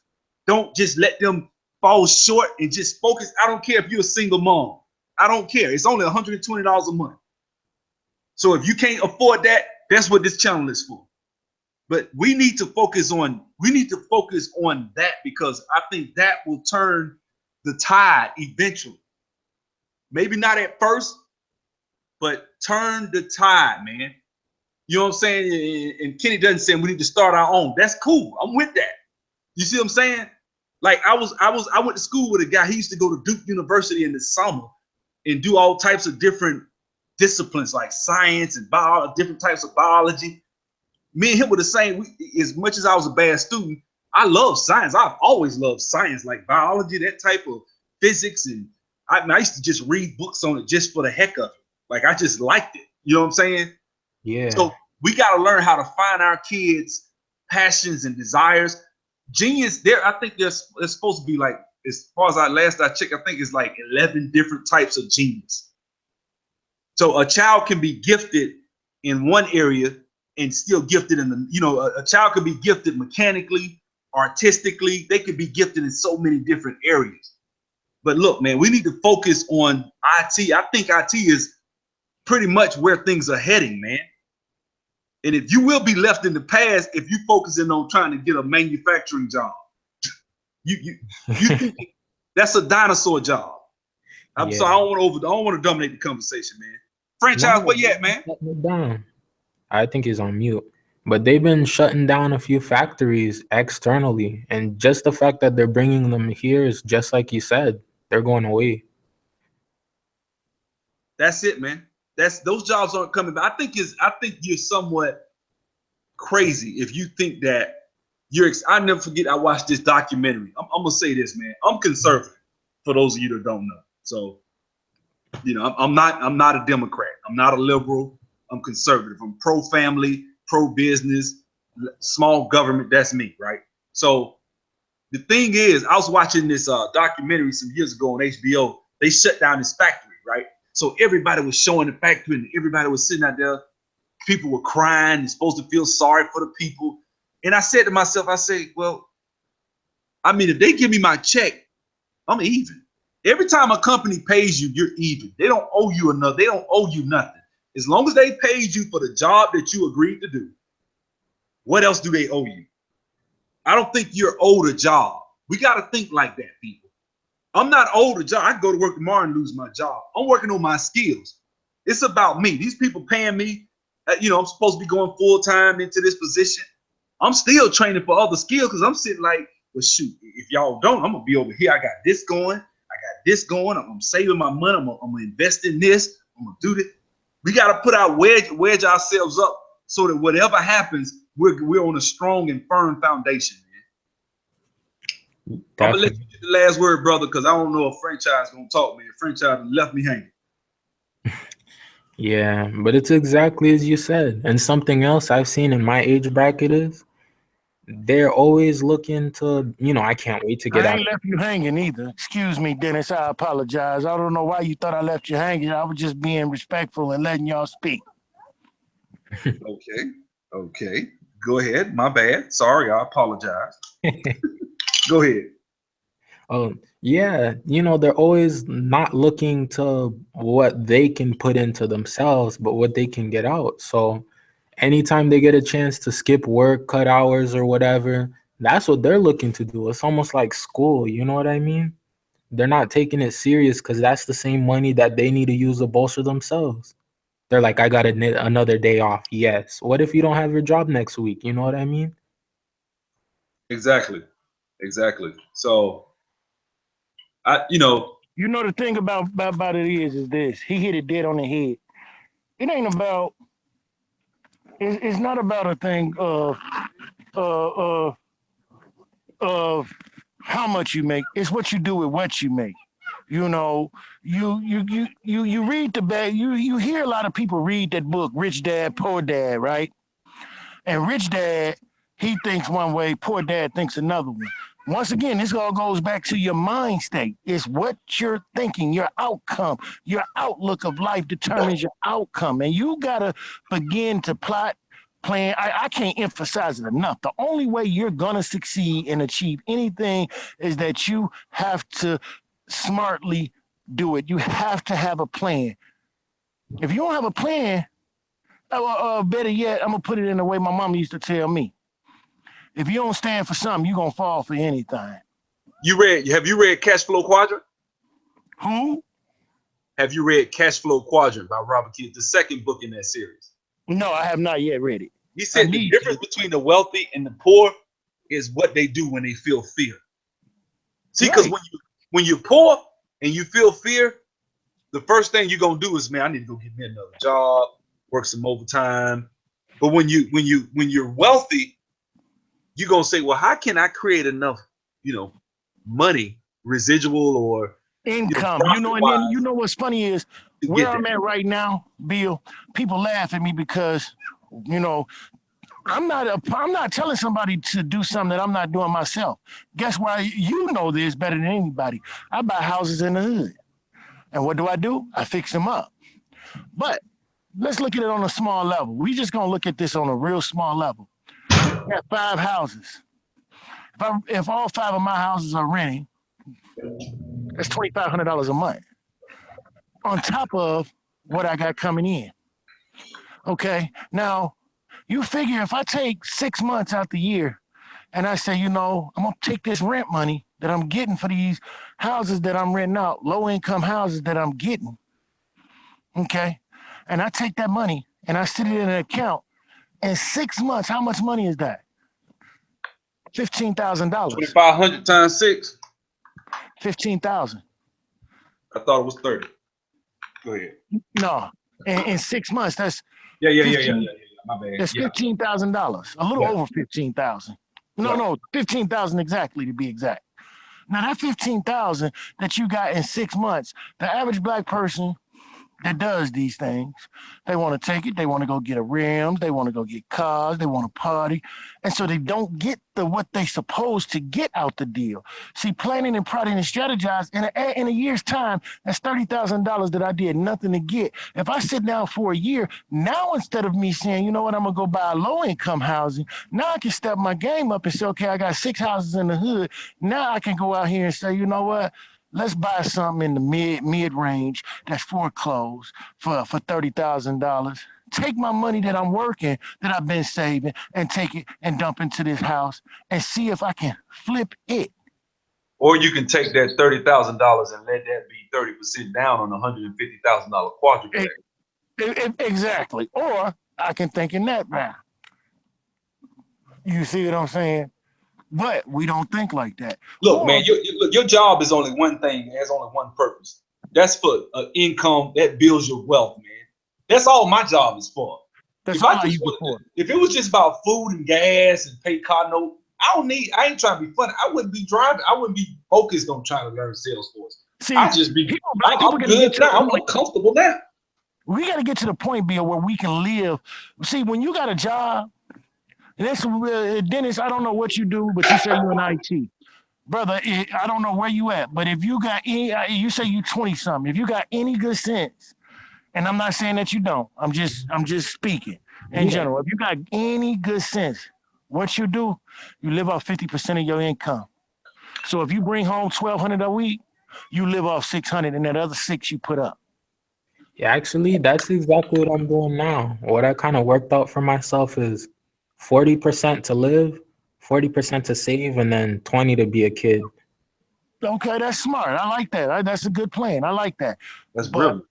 Yeah, you know what I'm saying? And you still get to have fun, but you gotta take it, and don't be afraid to take a step back, to take a step forward, because if you can find something that you can invest in, and although it may be small, that investment will come back to save your butt one day. Because if you make a mistake, guess what? You can always say, "Oh, dog, I made that investment. Let me go over here and do, and now I can rearrange this and do this." You know what I'm saying? Yeah, always think smart. The thing about black people, when we get a good paying job, we want to now move out the hood and go over here.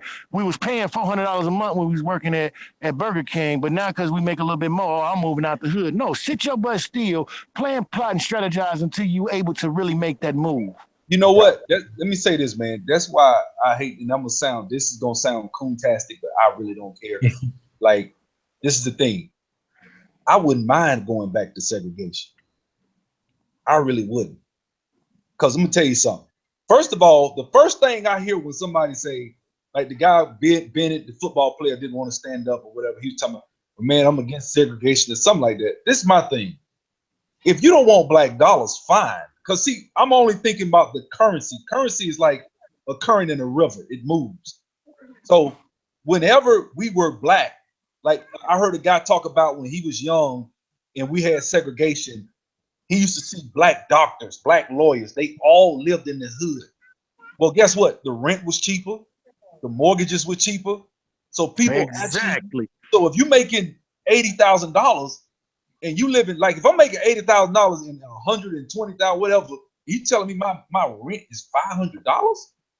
That's Oh, nothing. I'm finna kill you. I'm finna, But man. see, Bill, people laugh, but they don't know my plan. My house that I bought was a old historic home in the hood. I took it and restored it, and then everybody, oh man, that house is on fire. Yeah, you like it now. And then the people I work with, why you live over there? Man, I grew up in the hood. What I'm leave? What I'm running for? Well, most black men, as black men, I'm not like I live in most hoods. Like I'm not like in certain areas, certain blocks, even I wouldn't want to live. I'm gonna be honest, but certain time, most hoods are safe. It's just people don't got money. Most hoods, Right. people just don't have money. Don't mean they don't kill you or they don't have morals. They just got low income. That's it. It's no That's it. different from them and the wealthy. These same houses 30 years ago were nice houses that people was, borrowing all they could to get. So now, why we got to run from that and be ashamed of that is beyond me. I believe in staying in a cheap house. I do. Like I said, we I'm got in to an get to the apartment right point. We got to get to the point as a people where, I hate to say it like this, but it's time that we start thinking smart and start pushing these Indians and Arabs and other ethnicities out of our community. We got to get to the point as a people where we begin to come together and say, you know what, it's a hood store over here and it's an empty building right next to it. Let's open up the hood store and make our prices just as comparable to that hood store. And let's start doing that and start getting it, because that's the only way it's gonna happen. Well, Until see, we take our neighborhoods back, we got to take our neighborhood back, because I guarantee you can walk in any black hood right now in America, any black hood, and I guarantee you the hair store is owned by the Koreans or the Asians or something. The corner stores is owned by the Indians. but look at it, man. We talk about the Jews all the time, but they kind of hijacked the whole civil rights movement and they took it over and funneled it in a certain direction to where now when we think of making change in America, we think March. That's the first thing that comes to mind. Why? Because when we were growing up, we saw the March on Washington. And we thought that, well, they had the March on Washington, and that's why they did the Civil Rights Act. We're really that simplistic. Like we really think that that's why that we got all these things to happen and all. No, that wasn't it. It was politically expedient at the time. The same people that voted for the bill in 64, 65 voted against it in 57. So it wasn't like that. But so now we've been hijacked because a lot of these organizations were funded by when you get your fundings from someone else, they drive your movement. Just like Black Lives Matter. We're getting our funding from George Soros. He's going to steer this movement wherever he wants it to go. Because they're beholden to him. So it's not grassroots. Like the Black Panthers was grassroots.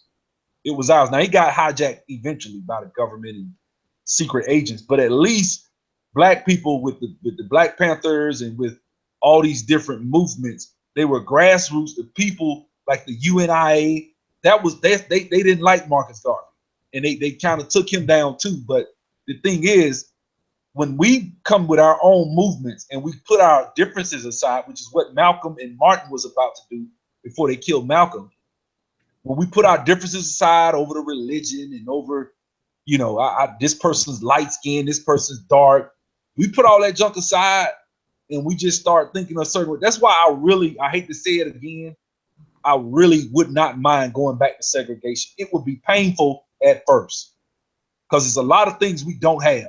It would be very painful, but there would be a vacuum. Our best and brightest, where do they go? They move to the suburbs, live in white communities, go to white schools, go to white universities. A lot of them are marrying white. That's why it's like a train, right? You got this big train and you take the locomotives, the engine, the locomotives off. You just got this train up there. The train's going to become stagnant. So right now, whenever a black person is successful or they don't go to the HBCU. I ain't saying HBCUs have some brilliant students. I'm not saying that. But what I'm saying is they get siphoned off by white companies. And, I had a friend of mine. He actually created an engine.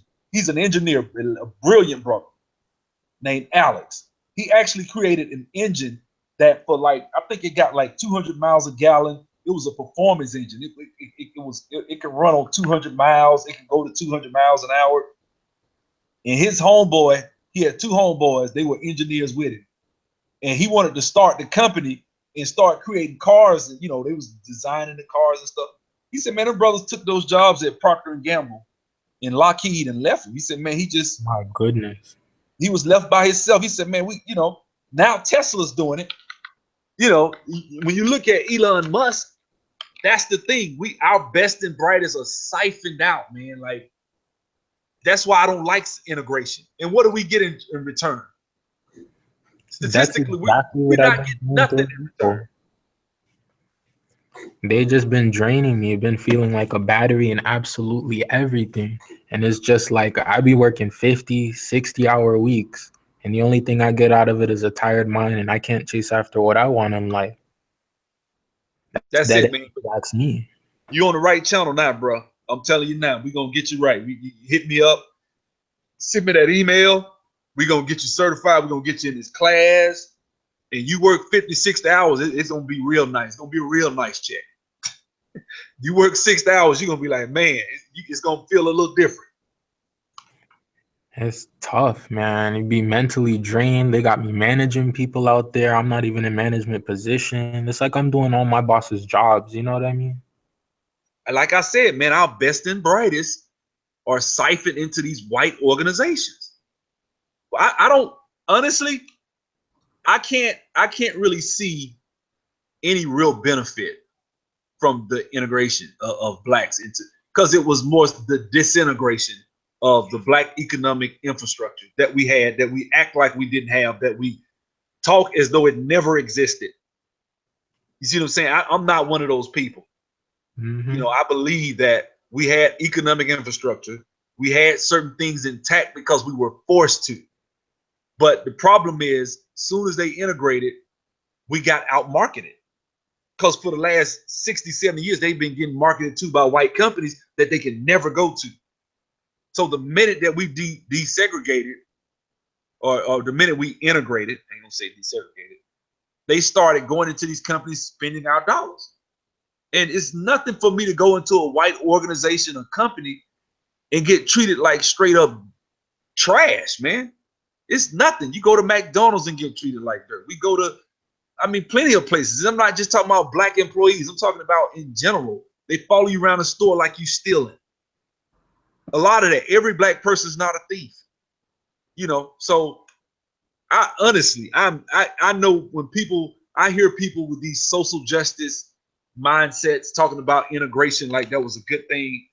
I couldn't be on a sports show or something talking about some of this stuff, because I tell the truth. Like, I want to go back to segregation. I really would. I think, man, the black dollars would actually start bouncing in our communities.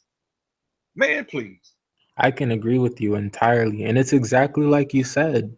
It's either that they take the best and brightest and they make them complacent, comfortable, and they forget about where they came from, or they kill them. Point blank. Hey, you just called it dead on the head. Once again, y'all spoke volumes and don't realize you just spoke volumes. The biggest thing I hate is to see somebody say, I'm too good for that.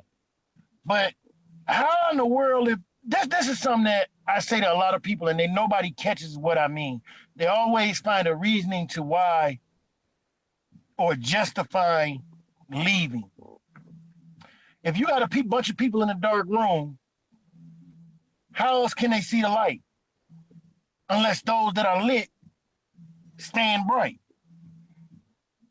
You got to be able to be an example. How can you expect to see success or be successful when you've never seen success? Look at the examples that we have in our community. What is it that we popularize in our community? Dope dealing, pimping, twerking, trapping. Instagram. This is what we popularize. The great example about what I mean. Now, my life, I told you I was homeless. I grew up in the hood. Let me tell you, I was a hood superstar. Everybody loved me when I was in the hood doing bad. When I went to Tuskegee and came back and changed my life, nobody wanted to be around me. Oh, man, go on, get up out of here, man. Go on about your business. When I went home for Christmas break, a brother that got shipped off to the pen when I left for Tuskegee, got shipped off. When I came home my last year at Tuskegee, that summer he came home. You know, they threw a block party. You think they said, oh man, congratulations, man, I see you doing a good thing in life. Not a damn person congratulated me or shook my hand. And that is sad that we celebrate doing the stupid stuff above being righteous, above doing the right thing, above trying to change your life. You know what I'm saying? 1,000%, man. And it's sad. So when we got brothers that's like us, that's like-minded, that's saying, okay, I want to be better, it's time that we stop taking that good money and running out the hood, and we start staying in the hood and saying, okay, I'm going to buy this house, I'm going to fix it up, I'm going to keep it clean, I'm going to make it look nice, I'm going to have me a pit, or I'm going to have my dogs, I'm going to do my things, so that the younger generation, the young kids coming up can say, what you do? Oh man, I do such and such. I'm a Salesforce engineer. How you do that? You know, that's the examples that's needed. It's time we as men, black men, come back and start to be men. Let's take back the rightful place, because like Bill said earlier, this is a patriarch society, and it's time that men begin to take their rightful place and say, okay, I'm a man. It's time that men raise their family. It's time that a man takes his family and raises it up in the hood. But that's a whole nother ball game, because Bill, you know where I go, what the next statement gonna be out my mouth. So I'm not gonna go there because I don't want to deter people. But man, let me tell you something, man. Let me tell you something. We as black men, I think it's good for people to see black men that have a Christian faith, or at least try to, and they're not weak. No, That's the thing, because I think the narrative is being painted. Like, people are making straw man arguments and speaking on what I believe and what I stand for, and it's stuff that I never said out my mouth. As far as, well, man, you guys are this and you guys are. I ain't that. No, not me. Just like a lot of people get upset. I know where you're coming from. Because yeah, like if they shoot a cat come in somewhere and shoot one of my family members, I want justice. And if I might take. I tell people this at work all the time because they know I'm a Christian, but I tell them this all the time. I am not that Christian that believes you slap me, I turn the other cheek. Nope, you slap me, I'm going to slap you. And I'm going to pray about it later. Jesus going to have to deal with me later, because if you put your paws on me, I'm putting mine back on you. Yeah, so I think that's the thing, and that's been the history. That really has been the history of black people. Like, I don't, and I know that sounds, no, that's not the case. No, bro, I mean, you can look, there's a bunch of people just sprinkled throughout history. Bishop Turner, which is one of the guys I just learned about lately. That was a revolutionary brother. Marcus Garvey was one of us. So you can't just, people are way more complex, man. And all I'm saying, because I know I got to end this video because I got to go to work tomorrow. But the thing is this, man, like, we have to begin to start understanding and thinking small. And when I say thinking small, not in general, but thinking small as far as business, and saying, okay, we have small resources. So what can we do? What can we do to make some money? What can I do with $5,000 or less, or $1,500 or less? I got a video. Anybody listening, scroll back. I think I got like 10 different business ideas for under $1,500. It's a video idea. And I sat there and came up with all types of different businesses that I've done in the past. Mobile car wash, and franchise can attest, I did that all through college. Wash cars. So what you say, Bill? I didn't understand. Well, you remember that mobile car wash I had? Yeah. So I'm just saying, like, it's more than one way to skin a cat, man. I mean, we ain't all gotta have IT, everything. I just think that I honestly see a lot of intelligent people majoring in the wrong majors. I see a lot of intelligent people that didn't go to college for whatever reason, and they're living below what their potential is. And I think people think IT is just this one thing when it's not. And quite frankly, I'm gonna keep it a buck. I don't care if you don't like IT. Look, If they tell me today, hey man, we'll pay $500 an hour if you go out there and shovel doo-doo with your hands. Let me tell you something. I'll be a doo-doo shoveling nigga. You hear me?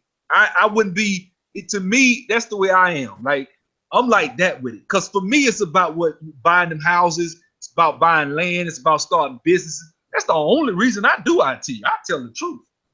The only reason. If it weren't for that, I wouldn't get up tomorrow and go to them folks, go sit up in that cubicle for 8 hours.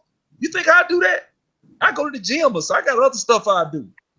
But the only reason I'm doing it because it pays well, and it's not that stressful. It's not like, look, you're gonna be stressed out 9 times out of 10 if you go to work anyway, or not even stressed. Even if the people you work with are nice, you still don't want to go every day. Don't tell that lie. Don't tell me that you wouldn't rather be sitting on the beach somewhere or traveling to Africa in the world. So, you know, and I want you guys to get your last word, man. I just thank y'all for coming on. Thank y'all subscribers. Go ahead. Man, I want to encourage people to realize what's going on. You know, this is a strategic war against black people. And if you say that it's not, you're wrong.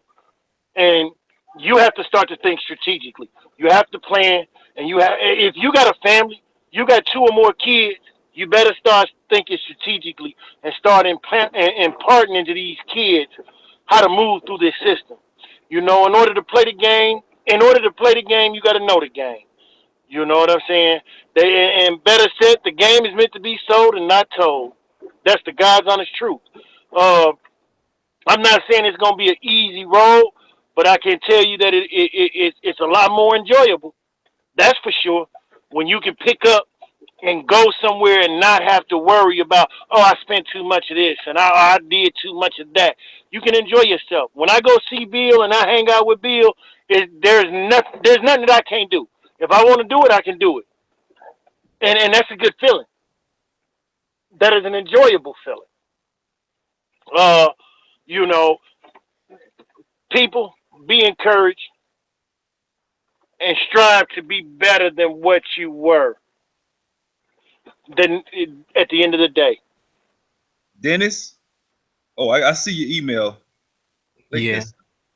For me, I'm gonna reply to you, and I got another brother named Doug. I see you, Doug. I got you. I'm hitting y'all off, man. All right. Well, for me, what I have to say is to find a group. We definitely got to find a group because it gets real hard when you do it alone. Just a few weeks back, I really felt like giving up on myself, but just running into some people I could find, even better when they can give you game, when they can't, just to have somebody on your back if they don't understand, just to, you know, tell you not to give up, not to be afraid, stuff like that. It's a big help.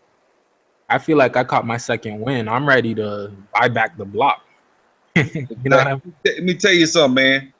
When I got my first job, I was broke, man. I was working waiting on tables when I got my first job. It took me about a month just to save up $500. I wasn't making no tips. I was struggling. Literally, I worked a week in the hole. That next week, my first check was like $1,600, which for me, that was like $1 million at the time. Mm-hmm. So don't be discouraged. Don't draw faint, man. You know, one of my favorite scriptures, what was it? Psalm 91, they that wait on the Lord will renew strength, mount on wings and fly away like eagles.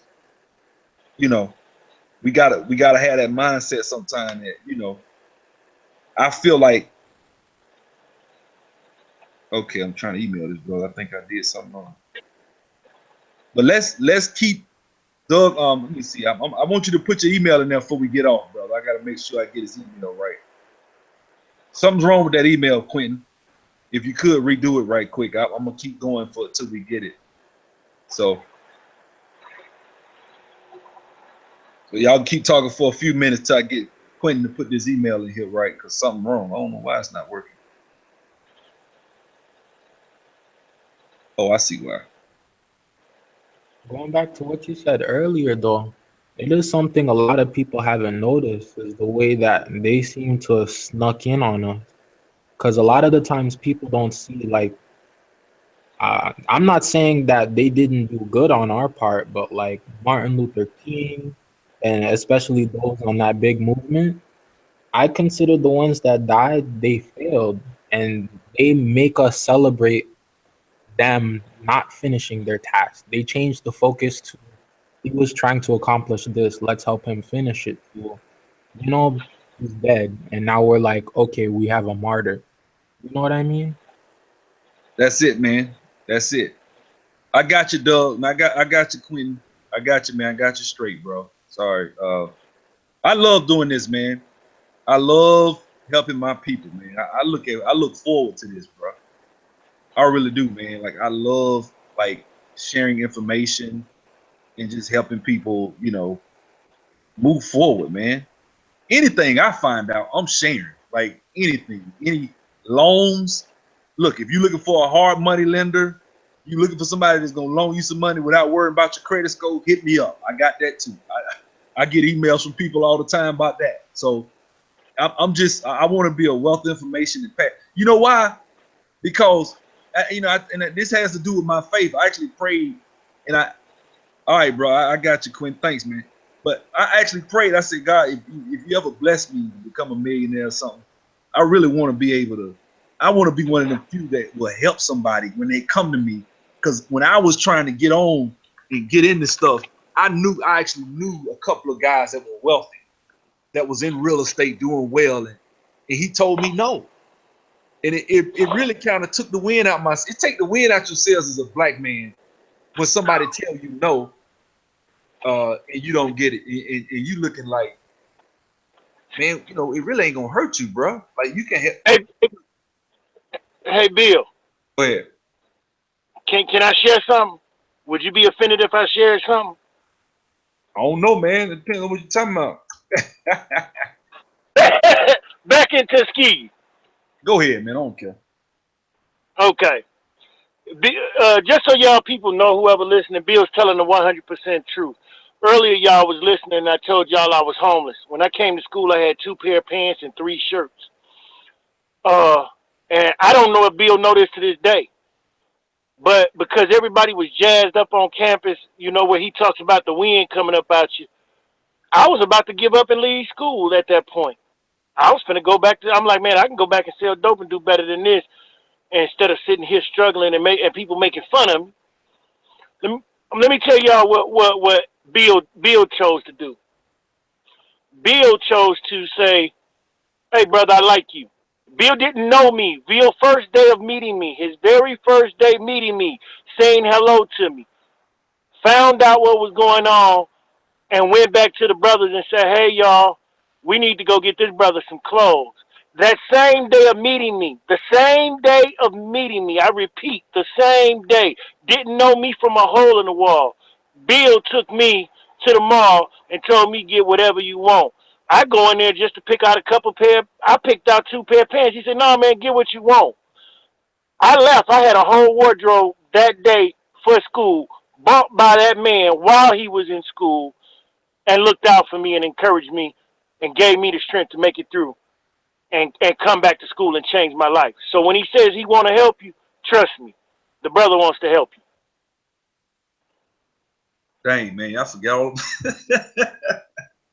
Yeah, you forgot about that, didn't you? I forgot all about that, man. That was me and Eddie. I remember we went down to Montgomery to the mall. I remember that. Yep.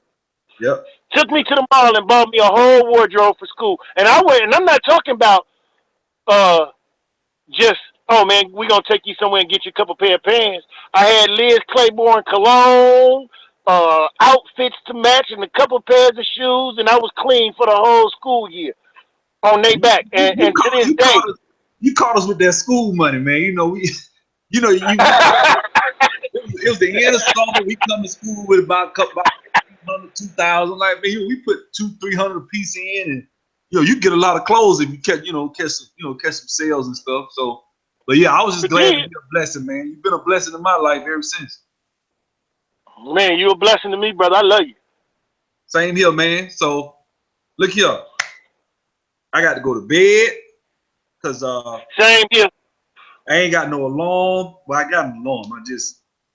I'm here by myself, chilling. So you know, my little boy gone. I'm missing him. So I'm gonna go on to bed. So, you know, but anyway, look here, Dennis, brother. I just emailed you.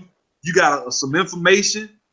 Anybody else, if you need my contact information, once again, it's subzero3639@gmail.com. If you want to sign up for the Salesforce course that is about to take off, because I just got a correspondence with her a few minutes ago. I know everybody's saying she don't respond. She's just busy. Trust me. I felt the same way. Then I got a text and I got a big glob of an email, and I was so excited. And the next thing you know, I'm learning Salesforce. Don't panic if she does not respond. Okay? Go to the website, sign up, put me down as your reference. Subzero3639@gmail.com. You got to put my email. Just put Subzero3639. She knows who I am.